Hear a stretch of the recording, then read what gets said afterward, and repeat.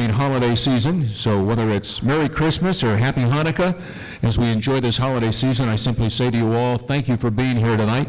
We certainly look back on 2022 as a year that probably most of us have never seen anything quite like that, huh? And we certainly hope some wonderful things are ahead for us in 2023. My name is Scott Murray, and I'm delighted to be back to serve as your Master of Ceremonies tonight, and we've got all kinds of things to share with you. And as I said, though, we'd like to stay on time as best we can and hope to get you out of here by 11 o'clock tonight. So, okay, I just wanted to see if you're all listening, all right? And so, what I'm going to do is, for those of you that have attended this program in the past, you're well aware of the fact of what we do, and we certainly welcome all of you back. And for those of you that might be here for the first time, where might you be? Look at that. Well, that's good. We've got some new timers. Well, fantastic. Well, welcome to you all. We're delighted to have you here, and we're going to hear more about today's program and what's coming up in Season 2 in just a sec. But first, we're going to start our program with the Pledge of Allegiance. You see the flag being brought forward here on the stage. And also, that's going to be followed by the Texas Pledge, led by our good friend Bob Epstein. And then we've got the invocation. That will be delivered by yet another great guy. Our good friend, Mr. Barry Brown, will be up here on the stage. So you're already ahead of me. I was going to have you all please stand and remain standing for our invocation as well. All right? I pledge allegiance to the flag of the United States of America and to the republic for which it stands, one nation, under God, indivisible, with liberty and justice for all. Honor the Texas flag. I pledge allegiance to thee, Texas, one state, under God, one and indivisible. Okay. How are you? Good to see you. Okay, welcome, and Merry Christmas, Happy Holidays. Join me in prayer, please, sir. Our Father in heaven, Almighty God, we thank you for this time that we can spend together to enjoy a meal and fellowship and to learn important things we need to know about the defense of our nation. We pray your blessings upon our speaker, and we're grateful for his years of dedicated service to our country. Thank you for the food we will enjoy this evening, for those who prepared it and who serve it. You have truly blessed us. Father, it said we live our lives on this earth in 3 phases. We're either walking into a trial, we're walking in the midst of a trial, or we're walking our way out of a trial. We are living in trying times for sure, but we trust in your sovereignty and your plan. In this special time of year when we celebrate the priceless and timeless gift of a Savior and the coming of Christ, I'm reminded in my own life, Christ delivered me from darkness and into newness of life and freedom. Thank you, Lord. I'll praise you forever for that gift and for your matchless grace. Lord, we ask for your blessing and protection for all the men and women who wear the cloth of our nation, many of whom are and will be far away from home during this holiday season. Give them comfort, safety, and courage to complete their missions and to come home to their families and to a grateful nation. We pray for your wisdom and guidance for our leaders in government. We pray for the joy of Christmas season to fill our hearts and minds with the boundless love that you have for us and to carry that love to those around us. In your holy name we pray. Amen. Have a seat, ladies and gentlemen. One other thing while I've got the microphone, we had a little glitch between our electronic registration page and the actual communications with the club here for meals. The meal choices, as you registered online, showed beef, chicken, and fish. The meat meal that was chosen is actually a glazed pork loin. So if you have a problem, you chose beef and you don't want pork, then all I can tell you at this point, because all the meals are prepared, is we're relying on the generosity of our people to make exchanges. I've got a chicken plate. I'm glad to give someone that doesn't want pork. So work around your table, see if we can work that out. If you absolutely can't eat pork, we have to do our best to make it happen when the meals are served. So thank you for your patience and for bearing with us on that. It will not happen again. Thank you.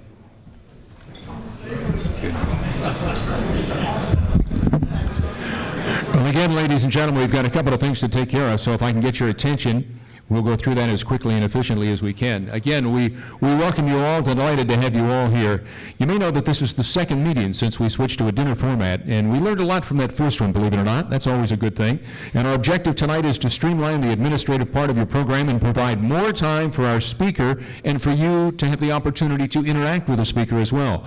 So along those lines, please feel free to begin your salad course right now. Please go ahead and enjoy your salad while we take care of a few other details. We have several retired flag and general officers and many veterans in our audience tonight, so thanks to each and every one of them for their service. Let's put our hands together and thank them all very, very, very much.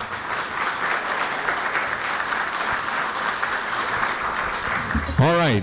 First responders, veterans, we also have several Air Force Junior ROTC cadets and Civil Air Patrol cadets in the audience, along with their parents, and their instructors are here as well. So if you happen to be a cadet or a parent of an instructor, would you please, let's see, I'm trying to see where they might be. Please stand, don't be bashful. ROTC and the parents and the instructors, there they are. Great to have you on board. And yet another guest that we've got in the audience tonight, I'd like to recognize Dr. Steve Holt, Executive Director of the VA North Texas, which is so very important to our veterans. Where might he be? Don't be bashful, there he is, all the way in the back. Great to have you here. And we also recognize our elected officials, and two that have been very faithful supporters are here with us tonight. Let's see, we have our invocation was delivered by, let's see, okay, we've got that, okay, Al Zapanta, IOREC, where's Al? Is right over here. Al Zapanta is the Urban City Council member. And Henry Lesner, the mayor of Fairview, which is where we are, here in Fairview and McKinney, right? Where might he be? Is he here? Out directing traffic right now, okay. Good deal. Well, tonight we are most honored and certainly happy to have with us yet another faithful supporter who has, up until now, been a candidate for office, but on January 3rd, he will be sworn in as our elected representative from the Texas 3rd Congressional District. So, ladies and gentlemen, please welcome tonight. We are delighted to welcome and recognize Congressman-elect Keith Self.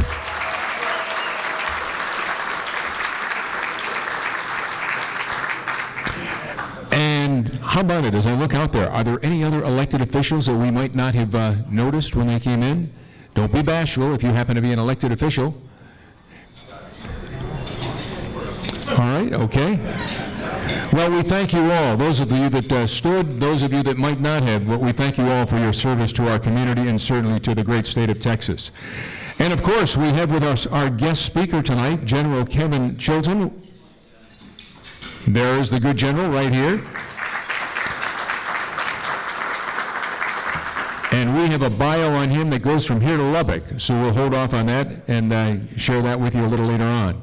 All right, well tonight, ladies and gentlemen, we're going to minimize fundraising, so no auctions or sponsor presentations this evening. We thought we might try that and see how that goes. However, one thing that has been very, very popular is what we call our 50-50 raffle. This is where we draw a ticket at the end of the evening to split the proceeds from our raffle ticket sales. And I think last meeting, believe it or not, we made $80,000. Just kidding. But we did make 800, so that's pretty good too, huh? So this evening, what we're going to do is we're going to donate a share of the 50-50 raffle to the Wounded Airmen Project in the name of our guest speaker. So even if you don't win your contribution, you know it's going to go to a good cause. So that's great. I'm really excited to hear that. In addition, tonight we're going to be giving away a door prize, a beautiful signed, numbered, professionally framed print by noted wildlife artist Neil Anderson. And is that it right there? Is that the one? Okay, very good. All right, and you see the price of the ticket up there, ladies and gentlemen, so please take advantage of that. We'd love to have everybody, no matter what amount of money you'd like to spend. It's all for a great cause, and as I just said, Wounded Airmen Project going to receive 50% of it, so that's pretty special. And of course, the other 50% is going to you if you happen to be the lucky one. So thank you very much for taking part in that. Hopefully, you had an opportunity when you checked in to buy some tickets for the raffle. If you didn't buy your tickets when you did check in, we're still going to give you yet another opportunity. Patty McCoy, where's Patty? There she is, right there. That young lady has a big roll of them, and she'd be more than happy to help you out, and she's going to be circulating during the administration portion of the program. So just hold up your hand and wave to her, and she'll be more than happy to fix you up. Again, for those of you that might not be aware of it, they're $5 each for a ticket for a raffle, or $5 for 20. So if you spend $20, you get an extra ticket. So $5 for 20 or $5 a piece, and then at the end of the program, we're going to have that drawing to see who's going to be the lucky one to walk home with the $50 or 50% of the proceeds, and hopefully a lot of dollars. At this time, ladies and gentlemen, I'd like to acknowledge the support of our sponsors, especially our Nimitz-level sponsors, Credit Union of Texas and Rover Petroleum, our Persian sponsors, our Texas Republic Bank, the Dickey Foundation, and Bob and Robbie Epstein. And you can see their logos on the slide behind me, and certainly want to thank each and every one of them for their kindness and for their generosity. So what do you say we put our hands together and thank them all for what they've done? And don't forget, if you'd like to be a sponsor at this event, in upcoming events during this great series, you can do so. All you've got to do is see any NDBS officer, and they'd be more than happy to help you out. Well, let me give you a little explanation of the sequence of events tonight and what we're going to be doing. First of all, our topic is space, a war-fighting domain. And we are most honored to have with us the good general that I just made note of just a short time ago. He's going to be our speaker and give us all kinds of expertise on this incredible topic. So we're really excited that General Kevin Chilton is here for us, and he'll be sharing all of that information a little later on this evening. After dinner, I'm going to turn the microphone over to our good friend, General John Campbell, who's going to introduce our program, and he'll at the same time introduce our speaker. But first, I'd just like to say a few words about our actual agenda this evening, so stand by for that. In just a few minutes, ladies and gentlemen, what we're going to do is the outstanding Heritage Ranch staff will begin service. They're already picking up some of your plates from the salad and what have you, but they'll be out here with dinner momentarily, and we have a unique and very special way of identifying which entree you selected. You will have a picture of a cow, a fish, or a chicken. Is that right? And I guess I had a broccoli for the vegan meal as well, and now we've got a pig for the pork, or is that what we've got? Okay, very good. Or vegan if you'd like. So you'll notice that we have a no-host bar in the room as well. So if you'd like a beverage other than tea or water, we ask that you please serve yourself right over there. There he is. He's waving his hand. That's our official bartender this evening. So just go see him and take care of yourself if it's anything other than tea or water. Okay? And also, because our programs also generate lots of questions in consideration of our speaker's time and yours, we plan to stop at around 7 o'clock this evening, okay? So we're going to keep this moving as quickly and efficiently as we can during the course of the night. Once the program is concluded, you are welcome to certainly stay and use this as an opportunity to network and talk with our guest speaker and certainly other representatives of our sponsoring organizations that might have gathered here with us today. Finally, we draw our 50-50 raffle winner and our door prize winner that's going to be right at the very end of the program, so don't leave too early or you'll miss out on that because you have to be here to be a winner. So that said and done, dinner is now going to be served. I do want to make you aware of the fact, for those of you that are members of MOWW, Military Order of the World Wars, they had their annual Christmas party, the local chapter here at the Park City Club this past Tuesday, which oddly enough, or coincidentally enough, happened to be on the eve of the 81st anniversary of the bombing of Pearl Harbor. So I had gone out with some of the incredible servicemen that have, some of them that are here tonight, and I was asked if we'd put together a little just a few interviews of those gentlemen about why they got involved in the service and what it meant to them and just what their legacy might be that they leave with their families and what have you. And so we did that, and they all were great. We had them over at the studio about a month ago, and then we got to thinking, now what are we going to do with all these great interviews? How are we going to put these together? What are we going to do? Well, when they called last week and they said, can you put something together for the Christmas program, Scott? I said, sure, we can do something. And then it dawned on me, wait a minute, December 7th, for Pete's sake, let's maybe start with Pearl Harbor. And I have a television production company with my son after I retired from doing the news every night. And so we had been in Pearl Harbor on the 75th, and we'd also been in Normandy on the 70th anniversary of D-Day. So took some of that footage, and some of the people who were involved in that, and put it with all the gentlemen right here from the great state of Texas that were there as well. So we thought the little mini documentary runs about 15 minutes. So what we thought we'd do, we're going to give the wait staff here just 5 minutes or so to get the meals on the table, so you're not bothered by everybody walking around.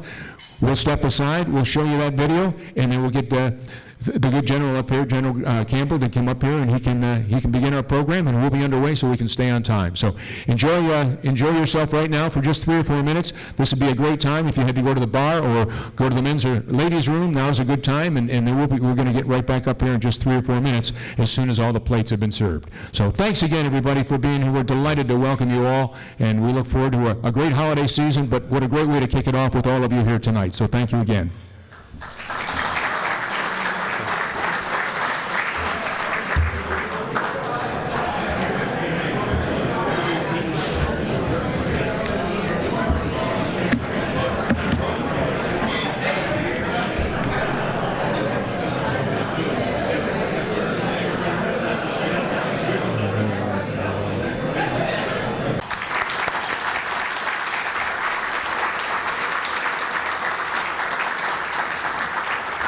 So before we get to the rest of the program, I want to give you a little bit of info about what's coming up. By the way, we're not going to take a break, so I've got a couple of minutes of introduction here. If you need to make a run to the men's room, ladies' room, it'd be a great time to do it. So next slide, please. Our next program comes up pretty quickly on January 29th, and we have some dynamite programs on tap for you. The next one is going to be a panel discussion on air and naval power in the 21st century, and we have a particularly distinguished panel. We've invited retired Admiral Jim Fogo, who was the last job in the military, was commander of the United States Naval Forces Europe-Asia. He's now the Dean of the Center for Maritime Strategy and affiliate of the Navy League. Our other panelist is Miss Heather Penny, who is a senior resident fellow at the Mitchell Institute for Aerospace Studies and is a colleague of General Chilton's. Heather is not only one of the leading air power authorities in the country, she's also well known for the mission she flew on 9/11 as a young lieutenant in the D.C. National Guard. I won't divulge any more of that story. It's easy to find, and you'll probably hear from her when she's with us. On April 2nd, we're honored to have scheduled Admiral John Richardson, 31st Chief of Naval Operations, who will discuss the current great power competition, and we'll wrap up Season 2 on June 4th with a special program where we present the second Sam Johnson Defender of Freedom Award. You may remember last year we honored Scott Murray with that. We have some equally qualified candidates this year. So next slide, please. So tonight we'll use the same Q&A procedure we use every time. I won't belabor it, but there are 3 ways you can get a question to the speaker. If you got your phone handy, you can send your question to that address, ndbs.questions@gmail.com. I'll monitor that during the Q&A session and feed those into the discussion. There are some 3x5 cards on each table. If you'd rather just write your question on a card, hold it up, and we'll get a runner to come around and pick it up. Bob Gaybauer, can you do that? There's Bob. Okay. And finally, we'll take questions from the floor. And this time, I'll probably rotate between the three methods of questioning. If you want to ask a question, hold your hand up and get a microphone. We'll bring you a mic because we want to hear your question, and we want to get it for the tape. We know we're going to have a lot more questions than we have time, so at some point we'll cut it off. Scott said 7 o'clock in. Well, let's make it 7-ish, depending on how we're doing, and I'll kind of read the body language, and as long as nobody's looking at their watch, I figure we still got, we're going to go. As always, we're going to videotape this. Once we have it approved by the speaker, we'll post it to our website, and it'll be there for you. So our program today is entitled Space, a Warfighting Domain. Space has been the headlines in some really good ways for the last few years because of all the cool things that have been going on. One that really fascinates me is the commissioning of the James Webb Space Telescope. parked in a parking spot out beyond the moon, and with sensors that can really look back to the beginning of the universe. And it brings back some pretty cool pictures like this, which shows the formation of galaxies. So that's telling us so much about the world and the universe that we live in.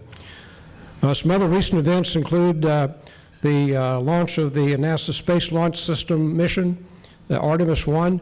And if you watch today, that was a 25-day mission to transit the moon. It splashed down at 11:40 this morning off the Gulf of Mexico. And what a great achievement for NASA and for Boeing. It's nice to see that finally go off. And that's a precursor to the manned mission in a couple of years.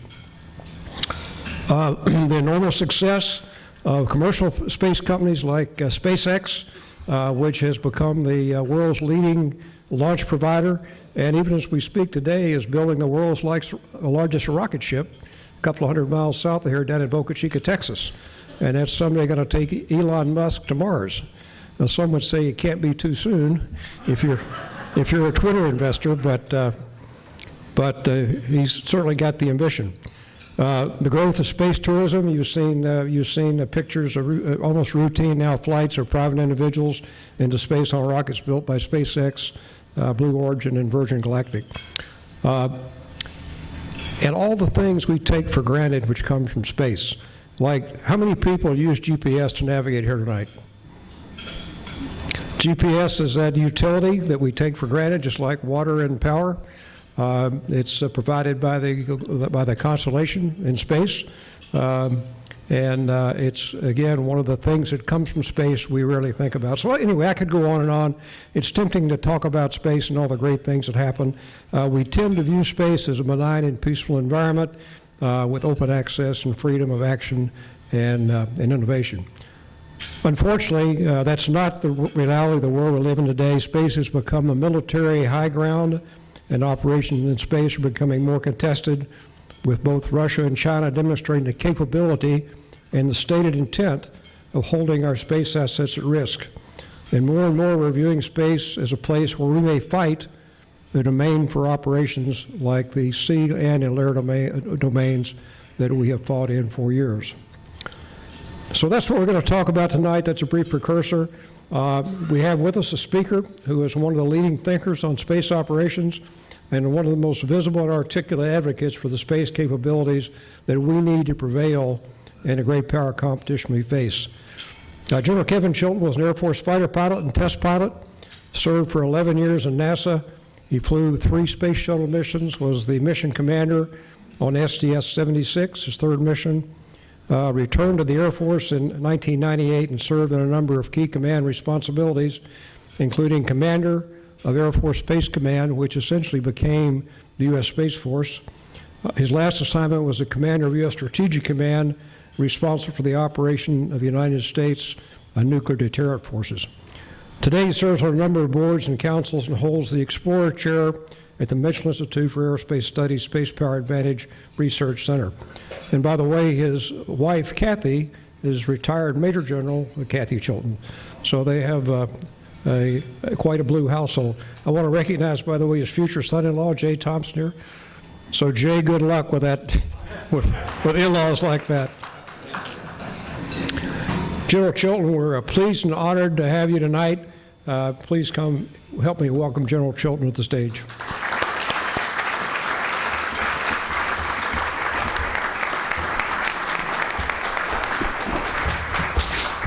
Thanks, Sue. Appreciate it. Well, what a pleasure it is for me to be with you here tonight. And I've got to begin by thanking General Campbell for reaching out to me and inviting me to join you this evening. Otherwise, I live in Colorado, so otherwise I wouldn't be here. So, Soup, thanks so much. And it's always a pleasure for me to come and have the opportunity to speak about space and how important it is to our national security, and how we've changed in the way we look at the space domain with regard to national security. A necessary change, I would argue. But again, a little bit, General Campbell gave you my background. I was a fighter pilot. I studied engineering in school. Honestly, watching this last video, I felt kind of bad because I joined the Air Force for less than noble reasons. I wanted to be a pilot since I was a little boy. I grew up near LA Airport, looking out the window instead of at the teacher. And I wanted to be a United Airlines pilot, but for the life of me, I couldn't figure out how to get flying lessons. I knew it wasn't going to happen at my local airport. So fortunately, I was able to get into the United States Air Force Academy, but with the sole intention of serving my commitment after becoming a pilot and going to work for United. Well, a funny thing happened on the way to United Airlines. I fell in love with the United States Air Force and my service there. And it gave me so many opportunities and so many wonderful times. I tell young people that the Air Force gave me an education, gave me a skill, put clothes on my back, a roof over my head, and issued me a wife. Because Kathy and I met at Air Force Test Pilot School. We were classmates. Kathy, I'm really proud of my wife. She's only the second woman in the history of the Air Force to graduate from the U.S. Air Force Test Pilot School as a flight test engineer.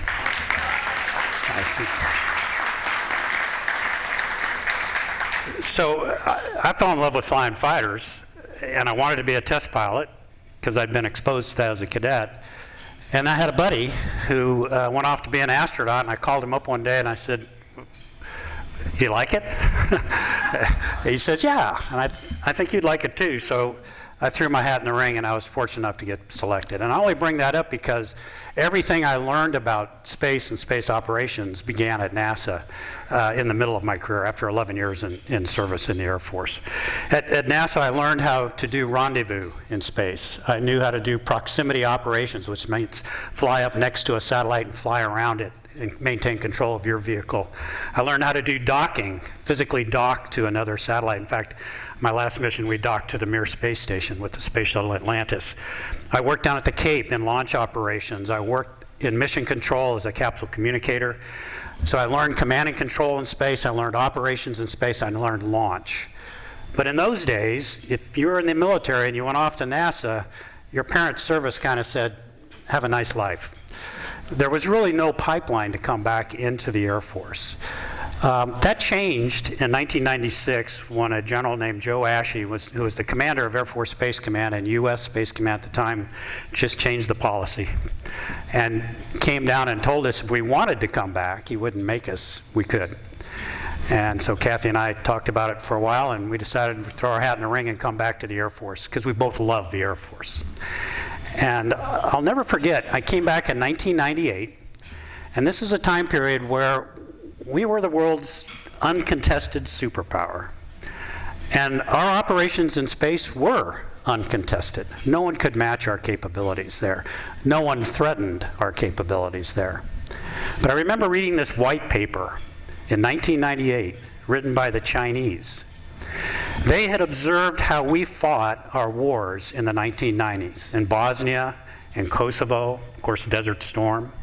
And they saw how we utilized space to increase our effectiveness on the battlefield, whether it was over-the-horizon communication with our satellites, GPS, guided munitions, where a single airplane could take out a target as opposed to a fleet of 100 in World War II.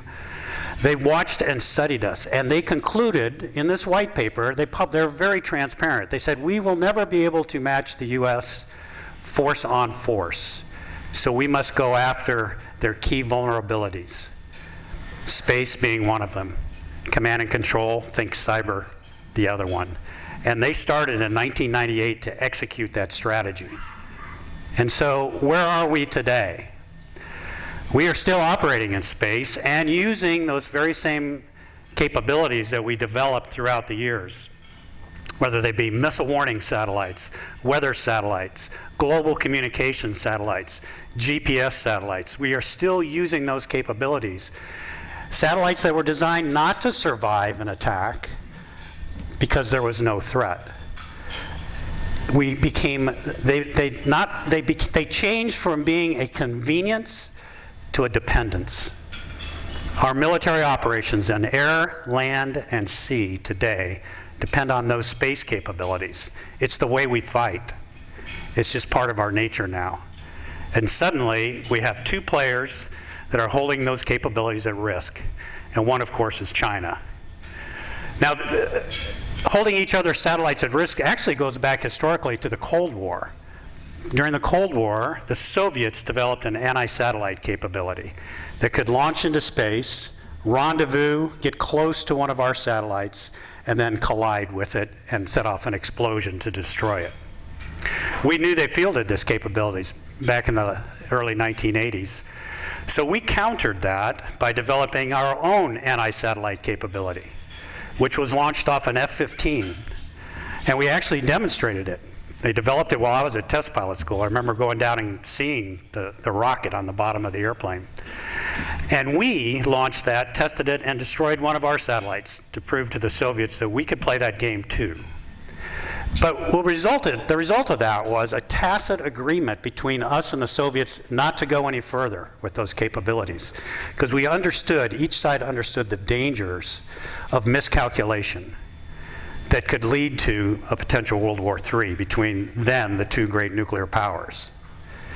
So the concept of warfighting in space, or attacking one another's space capabilities, actually started back in the early 80s. But we set that aside and said, that's not a good idea. Well, in 2007, when I was at Air Force Space Command, commander of Air Force Space Command, the Chinese launched and tested their own anti-satellite weapon. And they shot one of their own satellites down in space, or blew it up, creating over 2,000 pieces of debris, which we're still dodging today. The International Space Station still dodges on occasion. A very irresponsible act. And we accused them and held them up in front of the world as being irresponsible in that activity, hoping to shame them into stepping away from it. But they did not. They continued to follow the strategy they laid out in 1998, which was to field capabilities that could deny our utilization of those space assets, which we need for our national security. And it's not just our warfighting capabilities that are so dependent on these systems. The GPS satellite constellation is absolutely essential to the American banking and finance systems. It's essential to our energy systems. It's essential to our electrical grid across the country. Without the timing signal from GPS, all of those things stop working today. A further sign of our dependence on these systems. And China holds those constellations at risk today. They not only tested, but they fielded the capabilities. So today, China has direct ascent anti-satellite capability that can attack our satellites in low Earth orbit, medium Earth orbit, and even our geosynchronous satellites, which hover over the United States and provide us our global communications, direct TV, the things that we're so accustomed to. Not only that, they've fielded ground-based lasers. They can shoot lasers at our reconnaissance satellites that take pictures of the Earth and disrupt them. They've developed ground-based lasers, or jammers, electronic warfare devices that can jam our GPS signal. So they don't have to necessarily kill the satellite, they can just jam the satellite. They can jam our radio communication satellites as well. So they've executed this strategy quite well, and now it's time for us to react to it. Actually, it's past time. I don't know of a single commander of Air Force Space Command, which stood up in 1982, who has not predicted that one day space, just like air, land, sea, and subsurface, would one day become a place where human beings would fight. Maybe robotically, and certainly that's what we're talking about today, but it would become a warfighting domain. However, those warnings fell on deaf ears for many years for a very good reason. There was no one to threaten us, certainly in the 1990s. But that's changed. That's changed now. And it took us a while to wake up. In fact, it wasn't until the end of President Obama's administration in his last year that finally our policy changed to recognize that space was a contested domain and that indeed it would become a warfighting domain. We're behind. We are behind because we started late at addressing this. So we've done several things to prepare for this, or to try to catch up. One is the formation of the U.S. Space Force as a separate service. So now we have the Army, Navy, Air Force, Marines, and the Space Force. Not to be confused with United States Space Command, which confuses me, frankly. So if it confuses you, you're okay. So we have the services whose job is to organize, train, and equip men and women to provide those forces, air, land, sea, and space now, to these gentlemen called combatant commanders. Central Command, European Command, Indo-Pacific Command. If you think back to World War II, this is Eisenhower and Nimitz, okay? Back in the States was Marshall and King. They were the services. The warfighters were Eisenhower and Nimitz in the Pacific, right? We have the same construct today. So U.S. Space Command is a warfighting command. U.S. Space Force is a service that generates capability to give to this commander to fight with. Does that make sense? Standing up these two organizations is really important. It's added focus to the mission set of preserving our capabilities in space, and actually, what I think is equally important and new because of our change in policy, being able to hold at risk Chinese and, if necessary, Russian satellites, so that if we ever get in a fight, we can at least level the playing field. And ideally, we would dominate the playing field by denying them their ability to use their GPS satellites, their communication satellites, their intelligence, surveillance, and reconnaissance satellites, their communication satellites, while we preserve that capability. The worst case, ladies and gentlemen, the absolute worst case, a day I would never want to see, would be the day when we lost all our capabilities in space, but they retained theirs. There would be a lot of dead Americans in that conflict. And so it's an urgent time in our nation's history for us to develop the capabilities that we need to fight and win in space if necessary.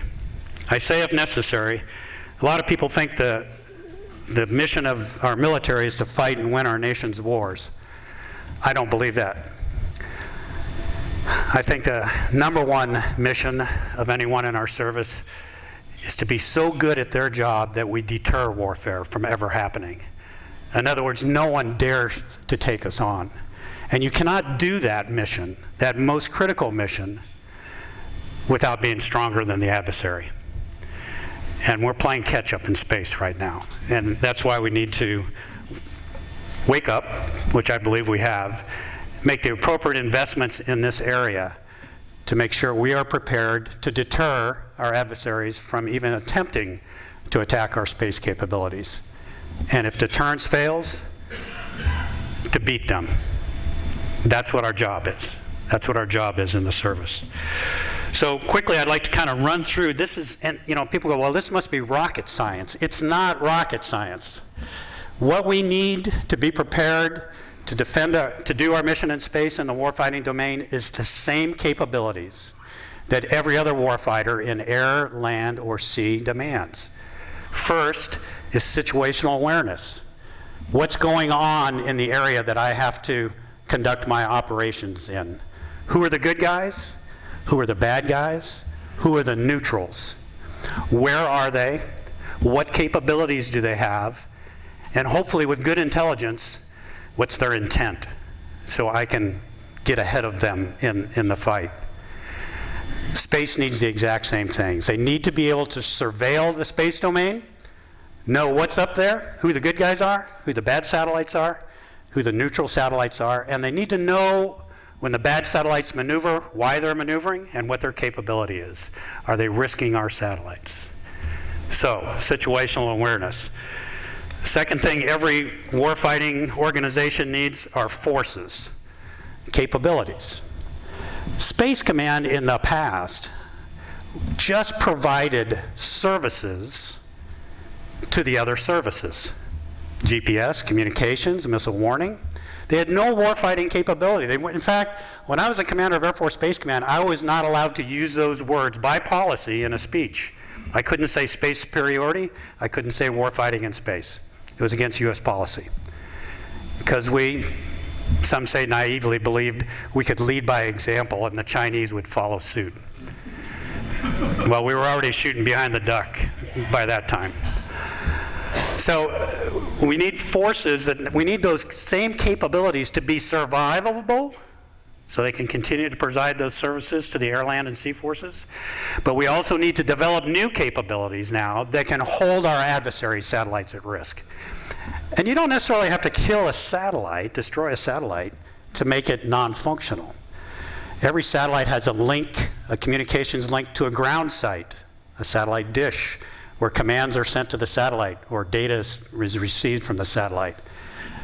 There's a whole network of command and control that sends messages up to the satellites to tell them what to do.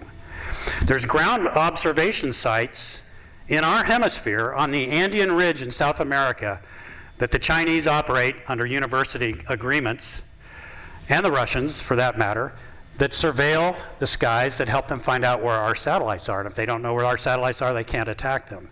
So that infrastructure is also a vulnerability. We need to develop capabilities to hold at risk. Because if we take out any piece of that armor, any piece of that armor, we neutralize their capability.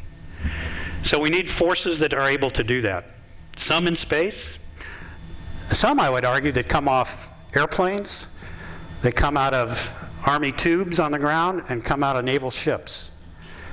Just like the United States Army depends on the Air Force to provide close air support, just as the United States Navy depends on the Air Force to do harbor mining operations from the air and hold ships at risk with some of our cruise missiles. This inter-service interdependency means that it's not just the Space Force's job to do this. The other services need to field capabilities to support the combatant commander, the U.S. Space combatant commander, so that he can do his job. So it's going to be an integrated fight, and we're just now starting to think about that. We have not really started to cross that Rubicon on how we can work closer together to achieve the objectives we need. The third thing every warfighter needs is an ability to talk to his people in the field, command and control, the ability to plan and execute operations. In the past, all we had to do was keep the satellites going around and around and providing GPS signals. Now we're going to have to maneuver satellites in space. We're going to have to dodge adversaries in space. We're going to have to perhaps attack adversaries in space. This is a whole new set of command and control capabilities that are going to be required for the Space Force to field, organize, train, and equip, and provide to the U.S. Space combatant commander. And then most essential, I think, is we need trained and ready people. In 1998, as recently as 1998, I know it seems like yesterday to me, 24 years ago now, when I came back from NASA into the Air Force to Air Force Space Command, the commander of Air Force Space Command was a fighter pilot. The vice commander was an ICBM officer. The director of operations was a fighter pilot. The director of intelligence was a Air Force pilot. Our director of requirements was an Air Force bomber pilot. We had no space officers that had risen to the rank of general officer in 1998, with few exceptions. So we hadn't developed this career path to leadership positions of knowledgeable people in the space domain. Well, it's changed. When I came back in 2006 and 2007 to command that very same command, all of my direct reports had space capability. In fact, I picked a fighter pilot to come in because I wanted that ethos on my staff, along with the space expertise we had developed in those 8 years in the Air Force. We have to hire the right people, we have to train the right people, and we're going to have to train them for a new mission. And one thing we did not do in the old days, because we didn't feel we need to, is we did not field the training devices they needed. There were no simulators. If you were an operator of the GPS constellation, you learned on the console that was operating the satellite. You could do that when no one's threatening you, but if you have to dodge a threat, you need to have a simulator where you can practice these type of things, where you can practice what warfare might be like in space. So it's unfair if we don't field these training devices for our men and women who are now called Guardians in the Space Force. They need training devices for how to fly their satellites when they're under attack, how to fly attack satellites if we field those, how to do command and control without having to practice it on the actual command and control equipment we're using today. Just like every other service does, we need to have the training facilities, training ranges, weapons schools, doctrine centers that every other service has and has developed to exquisite levels. So these are the things we need going forward. The Space Force is on its way. They're not sitting on their heels. They're working this. But you know, it'll be their 3rd year of existence this Christmas. So they're a young force. They're a small force. But there's a lot to be done, a lot to be invested in.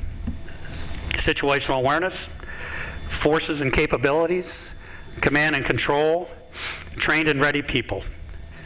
And then we've got to exercise, practice, and be ready. And demonstrate to our adversaries that it would be a huge mistake if they decided to take on the United States of America. Ladies and gentlemen, with that, I'll conclude my remarks and look forward to your questions. Thank you very much.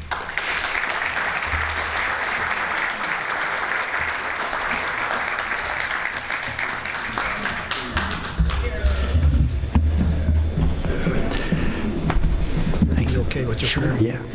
Great. Well, thank you, General Chilton, for that great intro. So now we're going to go into the Q&A, and Chuck, do we have a microphone we can use for the questions? I've got this on. This will work for me. Oh, to pass around the room? Yeah. Okay. Okay. So again, I'll remind you of the website where you can send your questions. So you said in your remarks, it's absolutely true that given the choice, we would rather not fight. Correct. We need to be prepared. So that talks to deterrence. How do we deter our adversaries in space? What do we need, and can we do that now? And if not, how do we get there? Right. Well, I think where I would focus my energy, there's 2 things we need to do. Improve the resilience or survivability of the satellites we have on orbit. Unfortunately, most of those satellites were designed in the 1980s, 1990s, and they last a long time, and they were designed during that environment where there was no threat to them. So they don't have any defensive capabilities inherently built into them, which is why they're so vulnerable to these capabilities that the Chinese have fielded. But we will replace them. And as we replace them, we're looking at new ways to make it more difficult for them to eliminate those capabilities in space. One concept that is going to be tested next year will be akin to what Elon Musk is doing with his Starlink, is put up a large number of satellites. Instead of having 5 satellites that do a function, you put up 100. And now the adversary has to kill a larger number of satellites to take away the capability. So that's one thing you can do. The other thing you can do is you can design in to the next generations of satellites self-protection maneuvers. Having done rendezvous myself in space and docking, if the target I was docking to, the space station, happened to be the Russian space station Mir in those days, but it was very stable. And so all I had to do was fight orbital mechanics to fly up and dock to it. Well, if on the way in there it moved, that would have made my problem infinitely more difficult. So you can design maneuverability into your satellites that you put on orbit to complicate it. Simple things that we've seen in other domains, decoys, things like that can help fool systems that are coming after you. So that's the defensive side and the resilient side. On the other side, I think you need to have offensive capabilities that can not only hold their satellites at risk, but can hold the satellites or the systems at risk that might attack ours. So an interceptor to intercept something coming at you, for example.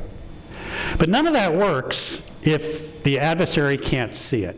One of my favorite movies is Dr. Strangelove. Anybody seen the movie? Yeah.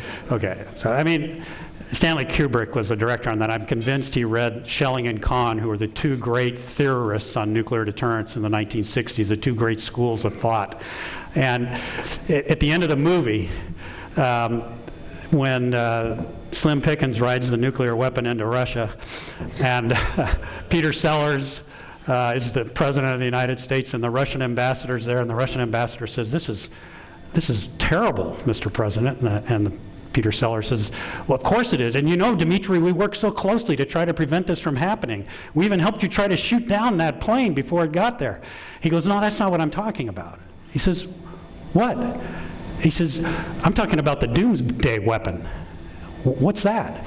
Well, it's this weapon we just fielded last month in the Soviet Union, where if a nuclear weapon goes off on our territory that's not one of ours, it launches everything at the United States that we have. And the president says, you know, Dmitry, it does you no good to have that capability if you don't tell us about it. You have to reveal at least some, not necessarily all, but you have to reveal at least some of this capabilities so that the adversary wakes up in the morning and says, is this a good day to attack the United States in space? No. Every day. That's how you deter. Well, you know, that leads to a follow-up question. As the commander of U.S. Strategic Command, this was an issue you lived with every day. Absolutely, yeah. So, and one other thing, when I was commander of Strategic Command, we not only had the nuclear deterrence mission, but we also had the space and cyber mission in those days. And so it was after leaving Air Force Space Command and then going to be the combatant commander responsible for space, cyber, and nuclear deterrence, we absolutely thought about it every day. And I knew we didn't have the capabilities in place to deter attacks on our space assets. I knew we had the capabilities to deter attacks on the homeland with our nuclear forces, for sure. Okay, I'm reading the cards here. By the way, we're going to go ahead and take some from the audience, so if you got a question. Yeah. Oh, please, sir. Yes, sir. Thank you. Would you stand up, sir? Okay. From what I'm understanding, we were very slow to start thinking about war in space, whereas Russia and China apparently have a great head start on us. Are we closing the gap? Well, I can't say for sure. We made a huge step in recognizing the problem. I mean, you can't solve it unless you admit that you have one, right? And there's a lot of work going on in designing and developing capabilities. But a lot of them are so classified, I'm not read in on. I'm retired now. But at some point, you got to show those capabilities to deter, right? So there's two pieces of this puzzle. One is actually developing the capabilities that we said we would not do forever, but then changed our mind, appropriately so. And then deciding how much of that you want to reveal so that you don't show everything you have, so they can develop counters, but you show enough to create doubt in their mind. But as to where we are exactly right now, I think the good news is we've woken up, we've recognized the problem, we've organized for the problem, and now we got to push it up, as we'd say in the fighter pilot world, advance the throttles on fielding capabilities that puts that doubt in our adversaries' minds. So I mentioned in passing in the intro kind of a humorous comment on SpaceX and Elon Musk, but he's done an incredible job with the Starlink constellation, which he says that's going to be the revenue generator to get him to Mars. That's another question. But what is that? What's the role of commercial space in our overall space enterprise? How does that play into your? Yeah, I think we have to absolutely leverage it. Look, we utilize commercial, you name it, in just about every other domain. If this country goes to war, mobilizes to go to war, we use commercial rail to move our armies from their bases to their ports of embarkation. We use civilian airliners to move people overseas. We actually use satellites that are operated by civilian companies to augment our communications capabilities. And so this is not new to have relationships between the Department of Defense and commercial industry. I think what Elon's Starlink is demonstrating today is a couple of things. He envisions 4,000 satellites eventually in these constellations. He has, I think, less than 1,000 up there now, but even with that, those numbers, he's providing capabilities to even the Ukrainians, for that matter, to allow them to continue to have communications capability even though they're under attack on the terrestrial level. So I think there's great promise to it. I think, again, like every other domain, it's not that different, that we shouldn't avoid doing the same things we do in air, land, and sea. and utilize the great strength of our industrial base and commercial industry. It will require making agreements and commitments, but we know how to do this. So I'm totally supportive of it, and I think it may actually be a way to accelerate catching up. There's no way the Chinese are going to be able to shoot down 4,000 satellites. And so that's part of this resilience plan. How do you make their ability to remove the capability more difficult? And there is some quality to quantity.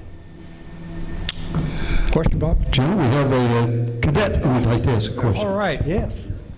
So I had a question regarding like your thoughts on like robotics coming into like space and stuff instead of like having pilots actually in space. Like, what are your thoughts on like robotics? Well, we already have robotic capability in space, so I think it's great. And it's a great question. Thank you for that. When I was at NASA flying on the space shuttle, we had a Department of Defense shuttle mission, and one of the questions that they sought to answer was there a role for military people in space? And we used the space shuttle on that particular mission. It launched a Department of Defense satellite, but we had a crew member. I wasn't on the flight, but there was a crew member who did some coordination with the ground and trying to do different things that they thought might be able to have meaningful capability to support land and sea operations. And the conclusion was no. We could actually do all of that stuff robotically already, whether it's taking photographs from space or whatever. And since then, we have actually, we had a robot arm on the space shuttle that we operated with humans, but the United States has demonstrated launching satellites with robotic arms that can be controlled from the ground.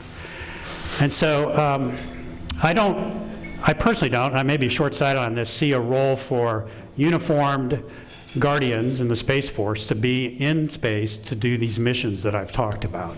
I think we can do it all from the ground through these links that I talked about, communication links, which is why they're so important. We talk about a lot about our UAVs, unmanned aerial vehicles. Many of them, if you just take the satellite link away, they don't know where to go. They're being flown by someone on the ground on the other side of the world, but that signal is going through a satellite. So again, it's really important that we not only protect the satellite, we protect that link capability. Thanks, that was a great question. Here's a couple that came in through the mailbox. We talk about Russia and China as our adversaries in space, but there are lots of other spacefaring nations out there that might have ambitions toward our assets. How long do you think it would be before other second-tier powers are able to field a threat, either alone or through combining capabilities with like-minded third countries? I don't see anybody on the horizon that I would call an adversary that's operating in space. In fact, we have a lot of good friends that are operating in space, and that's to our advantage. Our alliances are tremendously important to us. I ask people, we have great allies in NATO. We have great allies with the Japanese, the Australians, our relationships with countries like Thailand and the Philippines and the Far East, all of NATO. I ask people, who are Russians' allies? Yeah. Belarus. That's a strength that we have that they don't have. Just in the paper today, I read how they're snuggling up with Iran. That's not good. If they set up an alliance with Iran, that's not good for anyone in the free world. Who are China's allies? North Korea? Maybe. Who is North Korea's allies? Nobody. So, our alliances are so important, and we have spacefaring allies. The French, the European Space Agency, which has multiple players in it. The United Kingdom is gearing up their program. Australia is really important. Australia doesn't launch anything into space. But believe it or not, geography matters in space. Remember, I said you got to keep track of what's up there. It means you got to have ground-based sensors looking up into space to see what's flying up there.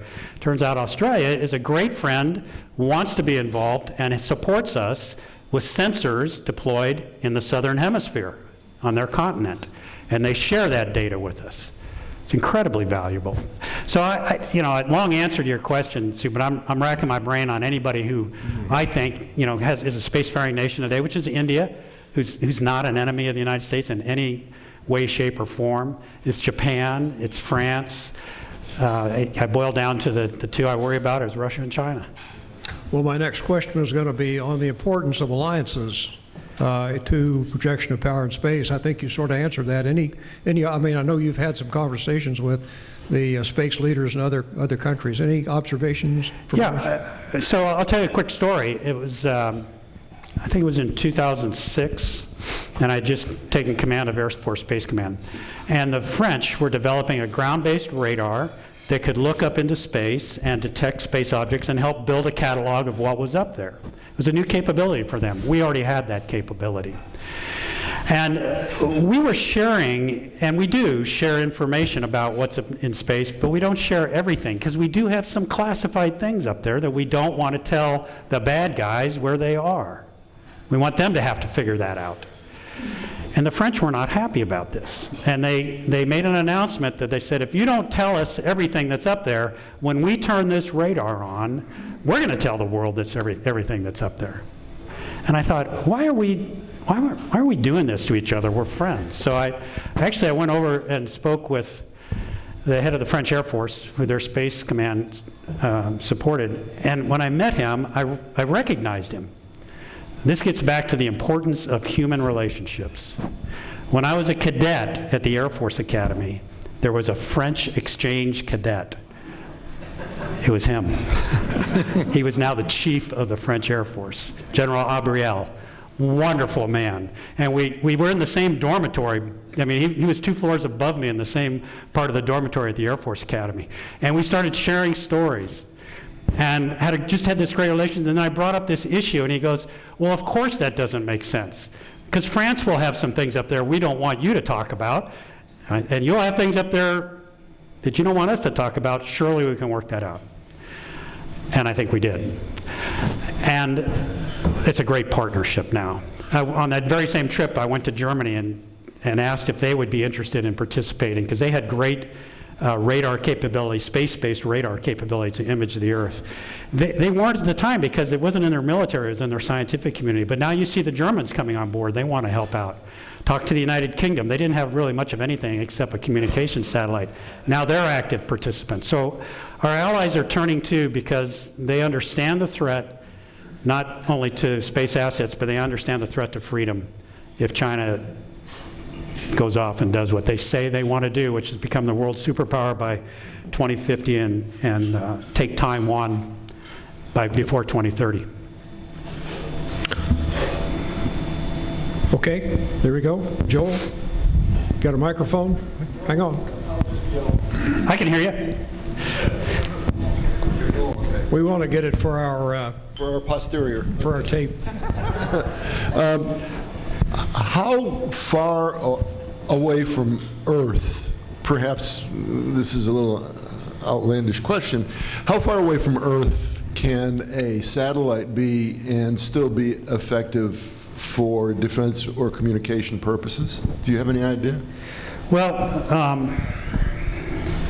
let me answer a different question, but it may be similar. I always said if you wanted to really hide something in space, and this is back when I was in the service, the best place to hide it was in orbit around the moon. Because the amount of energy or fuel it takes to go from the moon back to our geosynchronous orbit, which is where our communication satellites are, the amount of fuel it takes to come back to there is the same amount of fuel as it takes to launch and go up to that geosynchronous. And nobody looks at the moon. Why would you waste any energy looking at what's in orbit around the moon? So it was actually a great place for an unwarned Pearl Harbor kind of attack, was to put things in orbit around the moon and then come down. We'd never see them because we're not looking there, and they could attack our communication satellites in geosynchronous orbit. So, which led me to, and now we're seeing it, you'll hear the combatant commander today, General Dickinson of U.S. Space Command, talking about the need to understand what's going on in what you'll hear the term cislunar space, which means from Earth out to the lunar orbit and actually beyond to the Lagrange points that you were talking about earlier, like where the Webb telescope is. So in the past, we only did space surveillance out to the geosynchronous level, which is about 23,000 miles above the surface of the Earth. Now we're going to have to start looking out 250,000 miles to the moon, and any place that an adversary could put a threat capability. Hope that answers your question in some form or fashion. So there's utility at all ranges. Yes? Thank you. I'm in general aviation. We're very, very dependent on GPS, as is commercial aviation. Yes. Is our military applications that you're talking about tied in with the GPS that we use for commercial and general aviation? Or, because if you took out GPS for commercial aviation, you'd create a catastrophic situation. And one of the things that's happening is the FAA is doing away with VORs. They've already done away with ADF. And so if you lost the GPS with the loss of VORs that we have, you'd have a catastrophic navigation problem. I agree. And they took away Loran as well for our naval forces and Coast Guard forces. So again, GPS is so convenient. And now it's like crack cocaine for us. I mean, we are hooked on it. And it's no longer just a convenience, it's a dependency. And no, it's the same satellites that support our military, that provide the signals that support our aviation, electronic grid, financial systems, Wall Street, think that. Even when you go and go to the gas station and you stick your credit card in there to get gas, if you take GPS away, that thing doesn't work. So you start thinking about the chaos that could be created, that signal is lost. It's a great point. You actually already discussed this, but it's a question that came in via question card. Says, what is the plan for redundancy of command and control, communications and control, and does the moon play a part? Is that a safe haven? Say that one more time at the end of that. Yeah. Well, what's the plan for redundancy of command and control for our space enterprise, and does the moon play a part? And I hadn't thought about that, and you brought up the point that's a great place to park something in orbit. No, I hadn't thought about it either. Perhaps the moon could play a role as a relay. There is a time delay involved in communicating at those ranges. It's a little slower than talking to something in low Earth orbit or even geosynchronous orbit. We need to be thinking about that. Just, in the nuclear enterprise, we don't rely on a single communication path for the president to talk to his nuclear forces. There are multiple paths that even work in the middle of a nuclear exchange. And it's because it's that important for the adversary to understand that no matter what they do, we will respond, and we can respond. That's part of deterrence. So I think, although not quite on the scale of the threat of a nuclear strike on the U.S., but certainly important in every other sense for conventional warfare and for our way of life, it's important for us to develop the redundant capability in being able to communicate with these satellites. Because just as I mentioned that as a vulnerability, the adversary will come after that capability as well. If they can take out the ground stations that we use to communicate with our satellites, they don't have to kill the satellite. They've killed the capability. And so it's really important as well. So you mentioned earlier the need for provide training to our guardians so they understand they have the opportunity to train for war. One of the things that you and I went through as we were young fighter pilots was red flag, right, which was basically provide the most realistic training possible and sort of simulate the first 10 missions in combat. Is there an analogy there that carries over to space? Yeah, and by the way, red flag, if you've never heard of it, it's kind of like Top Gun, but better. Wouldn't you agree, Sue? They just beat us to Hollywood, doggone it, with a really good-looking actor. By the way, my wife and I went to see Top Gun Maverick. Who's seen it? Yeah, it's an entertaining movie. A good friend of mine, Dave Deptula, who runs the Mitchell Institute, recently said, "I'd just like to remind everyone in the audience that a single B-2 with one bomb could have done that mission." Didn't have to go through all that stuff, but it wouldn't have been as exciting, right? And my wife, who is a daughter of a fighter pilot, flight test engineer a lot of time in the F-16, married a fighter pilot, she said the most realistic thing about that movie were the bar scenes. Said, "I've been there." We absolutely need a red flag for space. And they do have one called Space Flag today, and they actually started doing these kinds of exercises a while ago. But they didn't have the computer systems to support them, so it was all done on paper, white card. Okay, you get a note that says your satellite's under attack, and you write back and say, "I can't do anything about it." I mean, it was kind of a war game without capability to include the simulators, which are driven by computers, fielded to address these things. So we need simulators that can train the individual operator. We need simulators that can train the generals who will command and control all those squadrons.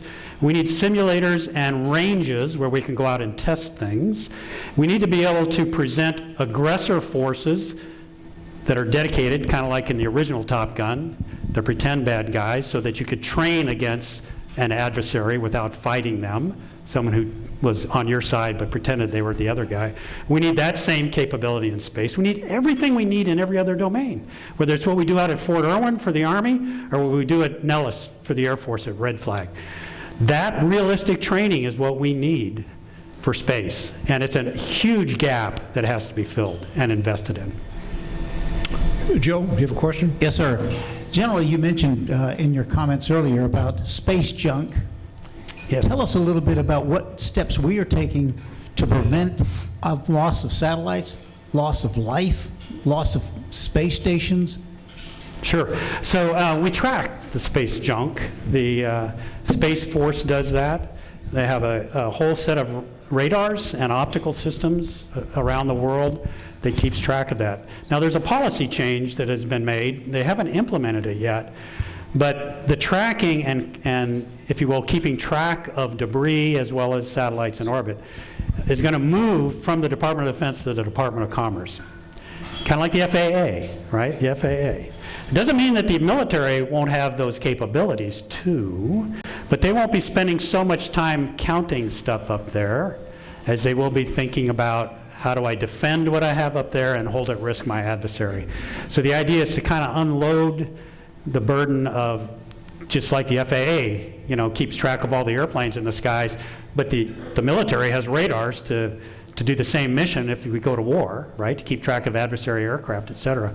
So that's kind of the model we're moving toward. It hasn't happened yet, that responsibility hasn't shifted over, but that's one of the things we're thinking about. So today, depending on the size of the debris and the altitude of the debris, we can track it, and when we see what our potential collisions coming, we maneuver the International Space Station. And one of my missions we had to wake up in the middle of the night and do a firing to maneuver the shuttle, so we're taken away from the risk of hitting this piece of debris that had a high probability that we were going to run into it. But you can't see it all, because a lot of it's really small, and it's moving really fast. It really, at the end of the day, it's a game of probability and statistics, and the good news is space is a really big space. I mean, so the odds of getting hit are low, but the consequences of getting hit in some circumstances can be catastrophic. Yes, sir. Scott. I'm curious, as we head down the home stretch here, you have shared just an incredible amount of information with us. Some of it I'm going to remember, some of them I don't have a clue what you were saying. Sorry, my bad. Well, and I'm sure everybody in here, my hat's off to you, all the information and the knowledge that you have. So here's my question to you. 2 parts.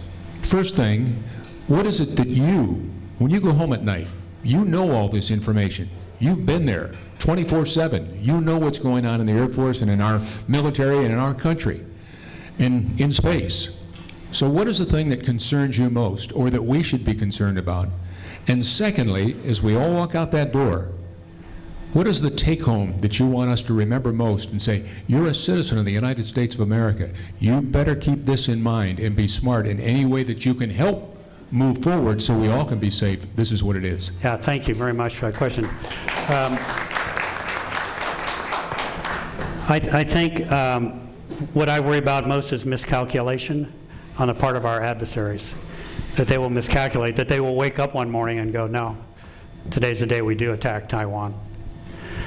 And that would be a very, very tough fight for us, because the Chinese have not only fielded capabilities to hold our assets at risk, they have fielded capabilities in space and missile capabilities that are specifically designed to find, track, and kill our carriers and our capital ships at sea. They've developed things that in space and airplanes and missiles that are specifically designed to make sure our aircraft cannot get within 200 miles of the Straits of Taiwan without being at great risk of being destroyed. And so I worry that they miscalculate and think, if not now, when? Because maybe we're a little bit ahead of the U.S. They may be wrong. Remember, there's things that might be going on that, trust me, I don't know about. I've been retired for 11 years now. I pray God we've got some classified programs out there that are the kind of things like stealth became, right? Just came out of the blue, and boy, did that change the game. That's my biggest worry. I think what I would want everybody in the room tonight to go away with is that space is no different than a terrestrial combat requirements. What we need in space, and what we need for the Space Force to have, and U.S. Spacecom to be able to use, are the same sorts of things we need in the United States Army, the United States Navy, the United States Marine Corps, the United States Air Force. The same training for our people, the same capabilities to defend our assets and maintain our ability to move freely in space and hold our adversaries' assets at risk. So if they dare come after them, we will level the playing field to make sure that we're not fighting at a disadvantage. And we need that situational awareness and intelligence to understand the threat and what they're posturing to do perhaps in the future. So treat the space domain just like we treat the Army, Navy, and Air Force Marines. Make those investments. It's not cheap, but it's important because it's an incredible vulnerability that would affect not only commercial aviation, but every soldier, sailor, airman, and Marine in their operational plans today. I mean, when I started flying the RF-4C in 1979, I navigated with a compass, a ground speed indicator, a map, and a stopwatch. And I was good. I was really good. I could take a picture of any one of these tables from 500 feet at 500 knots. I don't care where you put it. Just tell me the coordinates. I'll take a picture of it. We've forgotten how to do that because we haven't had to do it for the last 25 years. We stopped teaching it, in fact. So we're going to take a couple more. Let's get one from the audience right over here.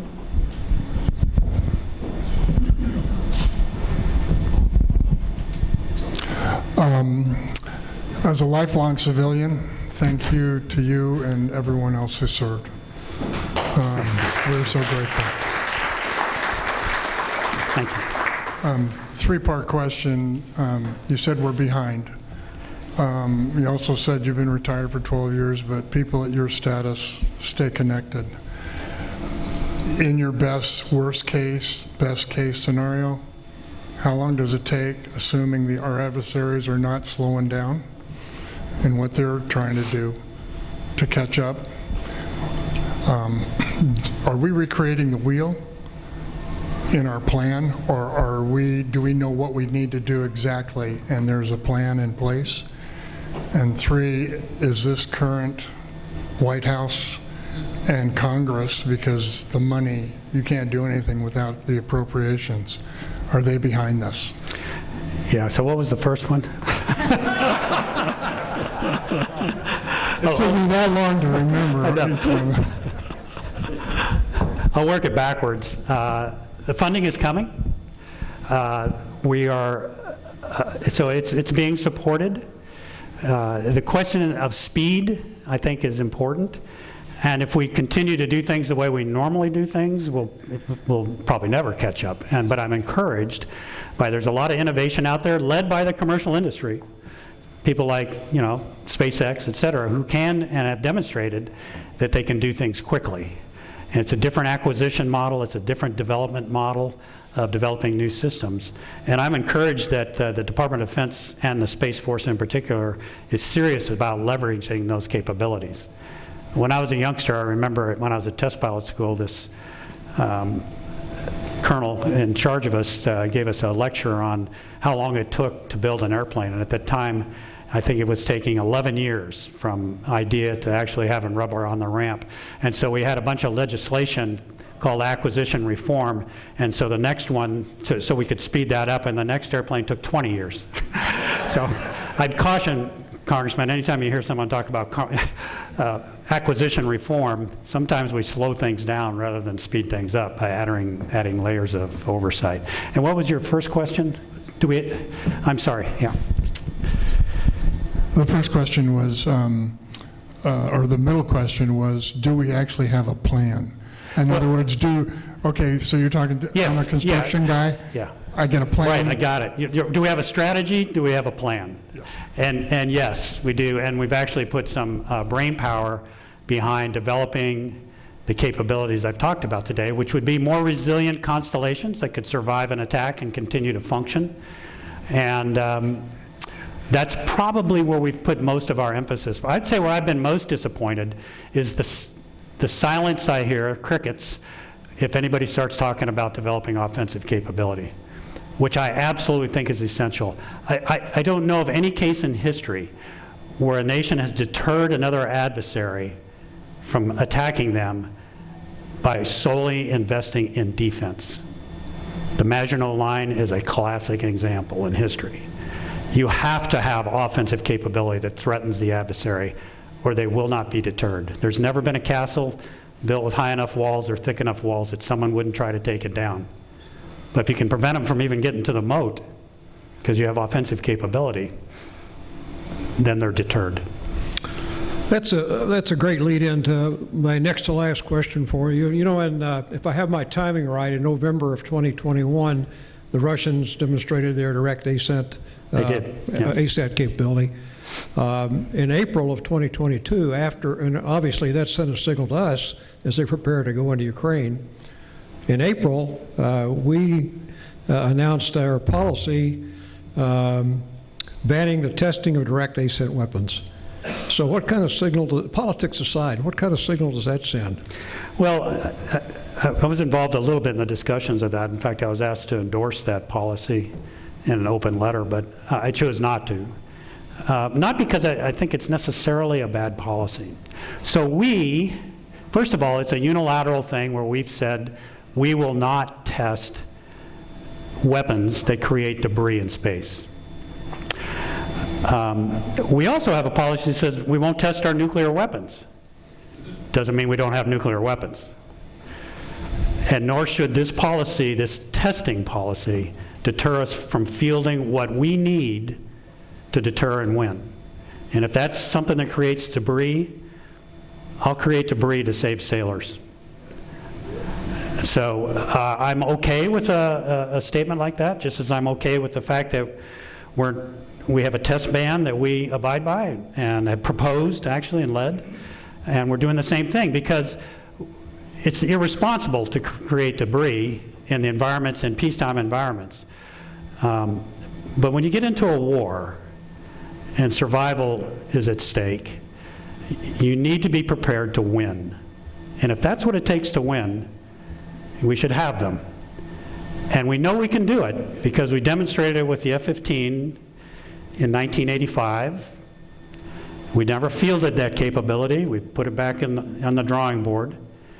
And in 2008, when I was commander of STRATCOM, we conducted Operation Burnt Frost, where U.S. Strategic Command, with our space components, launched a SM-3 off a Navy cruiser in the Pacific and intercepted National Reconnaissance satellite, National Reconnaissance Office satellite, not to demonstrate a space weapon, but because that satellite was going to re-enter with a frozen tank of hydrazine that was about 3 feet in diameter that the engineers told us would survive re-entry, and if it impacted the ground anywhere near a human being, it would either kill them or severely injure them.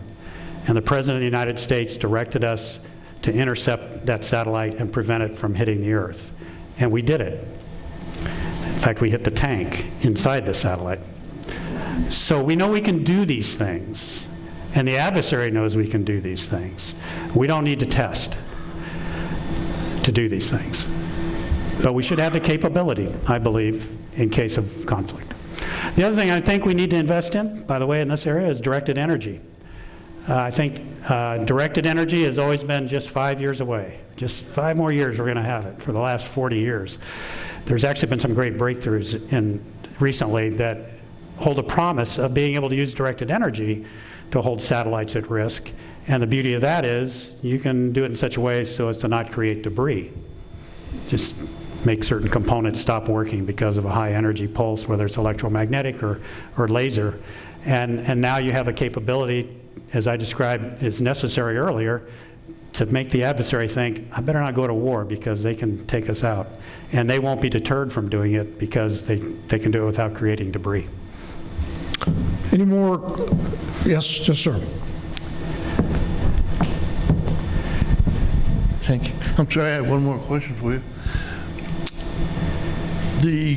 Our adversaries, my understanding is our adversaries don't have any budgets as far as military spending, that they will spend whatever they need to spend to get what they need. In our country, we have budgets. Is there any reason why we pay contractors, defense contractors, billions and zillions of dollars to create things for us, and then they go and sell that to other entities, whether it be for military or civilian use? Is there any way we can get royalties on those sales? Well, a couple points. One, the other countries, even China and Russia, do have budgets, and they are constrained. China is probably the least constrained because they're making so much money. I mean, their GDP's been growing at about 6 to 8% a year for the last decade. It's slowed to about 3% growth. We're sitting at about 2 and have been for the last decade, I think, annually. It's just that we have a bigger denominator. We're still the biggest, but they're coming fast. They're a freight train. And it's not all going to defense spending, but they have the excess capital to spend on defense. Russia, not so much, which is why you see how poorly Russia's doing in Ukraine today. I would suggest this superpower is being taken to school by a very small country with not a very big defense budget. Getting a lot of help, but still. So they do have budgets. Our corporations, that's what runs America. My father was a corporate guy. He worked for Douglas Aircraft. He always said to me, son, I'm as patriotic as anybody in uniform. I build fighter jets, I build missiles, I build things for the defense of this nation. And so I think our corporations are actually one of our great strengths. Elon Musk is a corporation, SpaceX. And when it comes to sale of capabilities, if there's any military utility to that, and this gentleman here would know this because he was in the job, General Burr, it has to be approved by the United States of America. So a Lockheed can't develop a new bomb, airplane, whatever, and go sell it to country X without getting an export authority from the U.S. government, which includes the Department of Defense gets a vote and the State Department gets a vote on whether it goes. And so we sell stuff to our allies, but we don't sell stuff to the bad guys. And it's good, because if we're going to fight with our allies, it's great when we all have the same equipment. Yep. I mean, no, I'm serious. You know, from a logistics standpoint, you know, if everybody's flying F-16s, they all drop the same bombs, they all shoot the same missiles, they all need the same piece parts to be maintained. That's a really strong alliance, opposed to an alliance that everybody has a unique airplane that is really hard to continue to support once the shooting starts. Does that answer your question? I'm just thinking, back when we first started the space program, if we had royalties on Teflon, we'd all be retired. We have a question from one of our cadets here. Howdy, sir. From what I understand with the Air Force, I know that air superiority is key in a lot of instances in regards to the efficiency of our ground troops, whether land or sea. Do you think the same applies within space, and is the space the ultimate key to victory in a conflict that we could potentially get into? Well, you should have given my speech. No, it's a great question. And when you think about air superiority, the Air Force doesn't field capability to get air superiority for the sake of air superiority. We get air superiority so that our land forces don't have to be worried about being strafed or bombed by adversaries. Our ships at sea don't need to be worried about being attacked by airplanes from the skies. We get air superiority to enable the other joint parts of the joint operation, air, land, sea, to operate. And it enables us, the Air Force then, to attack our adversaries, to provide close air support, to interdict targets deep. That's why we get air superiority. We don't do it just for air superiority. It's for another purpose. The same thing is true in space, I believe. And I believe, as I described tonight, if we don't have superiority, we better at least be able to eliminate their capabilities when they eliminate ours. And then it's back to fighting like World War II. And we'll win that fight because we're better trained and equipped than our adversaries. But if they have their space capabilities, if they have space superiority and we don't, I don't know if we win. I believe we lose a lot of our soldiers, sailors, airmen, and Marines in that scenario. So space superiority is important in my view, and fundamental. Thank you. Thanks, sir.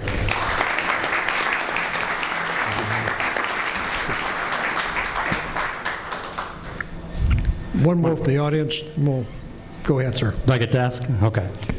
Just to build on the gentleman's question around strategy and plan. Now, in every initiative, there's a sense of readiness and a sense of urgency. Now, just because we have a strategy and a plan, that doesn't mean we're ready and we have that level, that sense of urgency. In your opinion, do we have the right level of readiness and the right sense of urgency? Without a doubt, the sense of urgency is there, both in the U.S. Space Force and in U.S. Space Command. The commanding generals of those two organizations, they have a sense of urgency. And I believe their people do too. And I think you see a new sense of focus too, now that they have a separate service with their own colors and, mottos and song now. That they're totally committed and focused on this. Their challenge will be to finish their plan, defend their plan on Capitol Hill, frankly, because they control the purse strings, first in the Department of Defense up through the White House to Capitol Hill, to get the funding they need to field the capabilities I've been talking about. But they get it. We have great leadership in the Space Force and at U.S. Space Command, and which is why I have every confidence we can do these things if we move out and do them. Well, I think that's a great way to end this great program. And General Chilton, I want to thank you for spending so much of your time with us. It was very insightful. With that, I'm going to turn it back over to Scott, and if you'll just stay on the stage here, we got a couple of things. Okay, thank you. Thank you all for your patience. Appreciate it. Scott, thank you. Did you enjoy that? Yeah, good stuff, huh? Well, General, that was outstanding, no question about that. And we are awed by your career experiences and certainly appreciate you giving us all that insightful discussion. It was really above and beyond, so we can't thank you too much. We have a couple of small gifts. This is like Oprah, right? We have takeaways, Okay. And the first one, though, knowing that you have enough plaques and pictures to probably fill a museum, we're going to make a donation in your name to the Wounded Airmen Program, sponsored by the Air Space Forces Association. As I said earlier, in addition, we'll donate our share of the 50-50 raffle as well. So that's going to go. That's going to go to you. Yep. Thank you. Thank you. And for those of you that might not know it, the Wounded Airmen Program provides a way to, well, for us all to show our appreciation for our airmen and guardians and their families who give literally so much every single day of their lives. So we much appreciate that. And secondly, we wanted you to have this embroidered shirt with the NDBS logo on it. Is this over here? All right, great. Here it is. This is the only one of its kind in the great state of Texas. So it's pretty good looking stuff, huh? My mother told me you can go to hell for lying too, son. Oh, really? Well, my mother used to tell me my nose was growing sometimes. Something about Pinocchio. I don't know what, so. That's nice. What do you think, folks? It's pretty good, huh? Thank you. You're very welcome. No, Appreciate thank you. It was a real pleasure, a real honor. And thank you, obviously, for your service and for everything you've been a part of and continue, obviously, to be a part of as well. Now, before we conclude, I'd like to invite our ROTC and CAP cadets to come forward, okay? Please come forward and get to the stair. Just stay down, right down, just below the stairs over on this side. And what we're going to do, we're going to get a group picture with the general as soon as we finish. So if you would just stand right over here on this side, right over here, that'll be great. And I know many of you in the audience would like to speak to the general, but please give us just a minute or so until we can get all the pictures done on the stage, and then you're more than welcome to do what you can. Last time he was here, he tried to sneak out the back door, so he didn't have to deal with that, but he said tonight he would stick around if you had some good questions. You've already asked all the questions anyway, my gosh. How many questions did you ask or answer?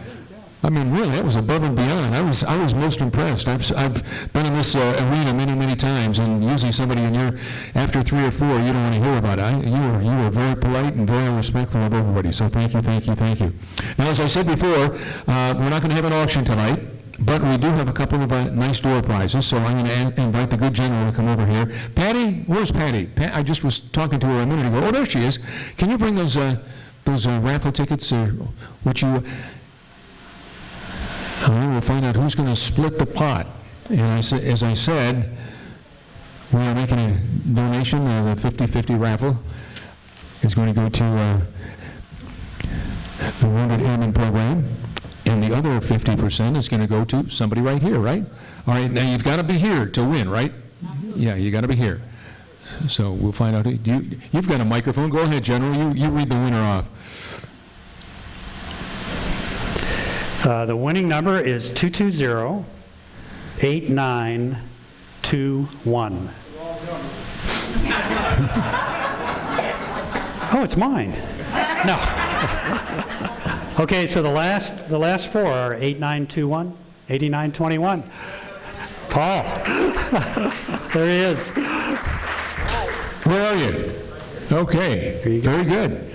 Can I tell him how much you got, Patty? It was $255, is that right? We sold $510 worth of tickets, so you get $255. What's that?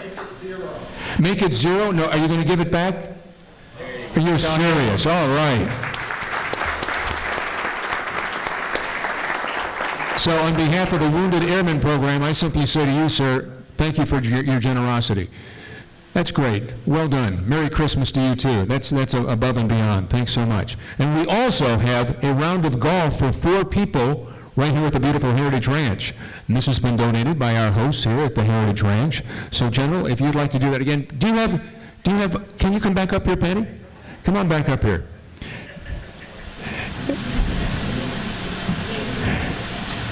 All right, stay up here because we've got a couple of other things.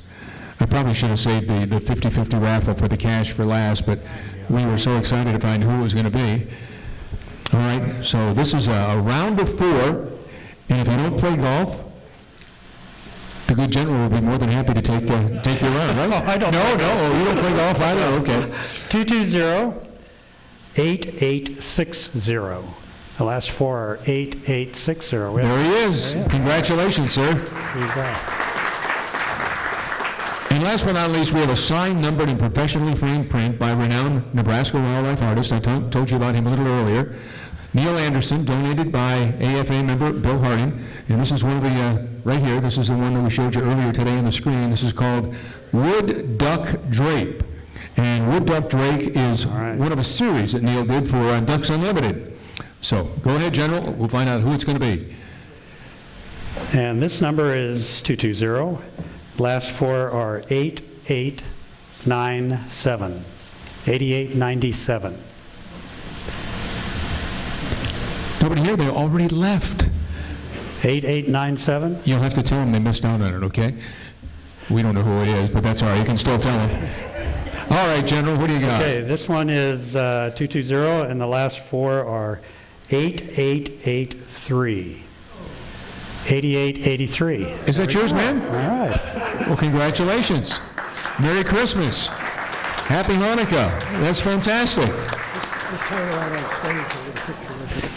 And also, what we'd like to do is have our sponsors and our NTPS members please come to the stage as soon as possible as we adjourn for a quick picture as well. After we have this picture, if you would just assemble down in this area as well. Thanks to all of you for attending. We hope it was a great day. Don't forget to mark your calendars. January 29th and April 2nd. Tell your friends we'd love to double the size of the crowd. So, okay, thanks everybody. Enjoy the upcoming holiday. Be safe and Happy New Year to you all. Thanks everybody.